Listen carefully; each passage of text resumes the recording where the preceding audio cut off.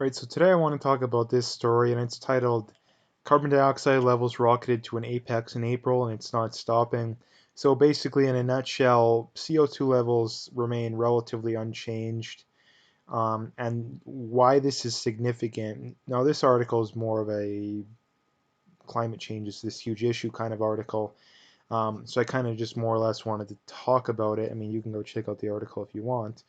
But the main thing I wanted to talk about is that driving all I mean, there's how long has it been since the amount of driving that went on in the last month? How long has it been that the numbers have been that low? My guess is that it's at least 20, 30 years. Like, I mean, gas prices were literally, upwards of 40 cents cheaper a liter than they were before this started. I mean, where I'm at, gases hover, just out, Edmonton area, gas prices before this were around 85 to 95 cents a liter, and they got down to as low as I think the mid 50s. So, 35, 40 cents a liter, they were down. And yet, because even with prices that cheap, there was still a massive backlog to the point to where there was a day where oil prices went negative. So basically, the whole point of this thing I wanted to bring up being the whole argument is if CO2 controls climate, I mean that's the first point of it being, then why didn't CO2 levels go down in April? Because way less people were driving. Like way less people were driving. I mean a lot of stores were shut down, a lot of factories were shut down. I mean that's how much electricity and heat, whatever, you know, fridges, whatever kind of place that didn't need to be running. Like how much that's a ton of energy, but yet CO2 levels were unaffected. Now, because I'm not an expert on this, I will point out that maybe it takes a certain amount of time to see the difference. Like maybe it doesn't happen instantaneously. Maybe it takes a year. Maybe it takes more than that. Maybe it takes a few months. I don't know. But because they're not pointing this out, my guess is that it is relatively instantaneous. But, you know, like I say, the main thing being is that the climate alarmists have this idea that CO2 controls climate, which I think that, I mean, it's relatively debatable, but I would say that from what I've done in my research, CO2 either has very little impact at the most it has a small impact. And that's for the simple reason that CO2 levels have been much higher before. I mean, CO2 levels have literally been upwards of 20 times higher than they are right now. And the Earth was what 1.5, 2 degrees warmer. And the other thing to point out too is that the hottest years on record, CO2 levels were what 150, 200 parts per million lower than they are right now.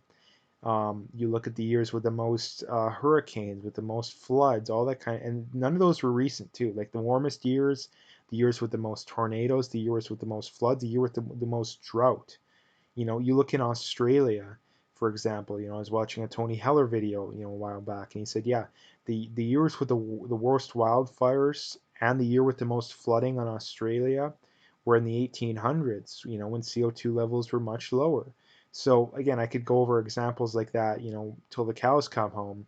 But the thing I wanted to point out is that, I mean, I don't think CO2 controls climate. Now, climate alarmists, the climate change people, believe that kind of stuff. And the problem is that it largely doesn't. Now they'll point out, you know, the thing to point out is that if if as a science experiment, yes, increased CO2 will increase temperature, but in the real world, it's not the case. And for I mean for many reasons. The first one being is that CO2 is plant food, and that if you increase CO2, plants, trees, all that kind of stuff will just increase its levels of growth to compensate for the difference. You look at back when CO2 levels were much higher. Well, guess what? The earth was a lot more tropical. There was a lot more trees, plants, all that kind of stuff. Why? Because the CO2 levels were higher. So that's kind of the main thing to point out too, is that you know the whole climate change argument comes down to two things, and the first one is completely misleading, contradictory, backward statement, and the second thing is partially, a little more debatable. But the first thing's for sure wrong, and that the argument goes something like this. Um, well, oil and gas is a finite resource, therefore we have to transfer to renewables because if we don't, we're going to destroy the planet. And I would say both of them are completely wrong, but the second one's slightly more debatable. The first one's wrong, and for the simple reason that although oil and gas, yes, is a finite resource, it's a finite resource that we have hundreds, maybe even thousands of years of it still left. And that's the thing I wanted to point out too, is that because it's so cheap and because it's so superior, why would we go off it? Now they'll point, oh, we're going to destroy the planet. Well, again, there's no evidence we're destroying the planet. Like I said, I just pointed out that the warmest years, the coldest years, are not recently. In the up until the 1970s, it was the coldest, one of the coldest decades. I mean, up until the 1980s, most climate scientists, even though that's technically not a field, it's more or less atmospheric science, physicists, all these kind of fancy titles. There's no such thing as a climate scientist. There's subfields, and people who are in those subfields tend to call themselves climate scientists. It would be like it's like a brain surgeon calling themselves an MD. I don't know if that's a good comparison, but you know what I'm trying to get at. So basically the whole point of the video being is that I just wanted to point this out because it contradicts the whole climate alarmist narrative. It completely contradicts it. In that if CO2 is what controls the climate, well, why didn't CO2 and largely that is that humans are responsible for the increase in CO2 over the last 50 to 100 years, then why didn't CO2 levels go down in April? Because most of the world was completely shut down, like completely shut down. And the amount, like I said, the amount of people driving was way down. Businesses were shut down, which means a ton of power was saved. A ton of heat would have been saved. I mean, maybe not heat, but I mean, a lot of places air conditioning. I mean, in Edmonton, it was probably mostly heat, but in the states and a lot of other countries, it's probably mostly air conditioning. So, why didn't the CO2 levels go down?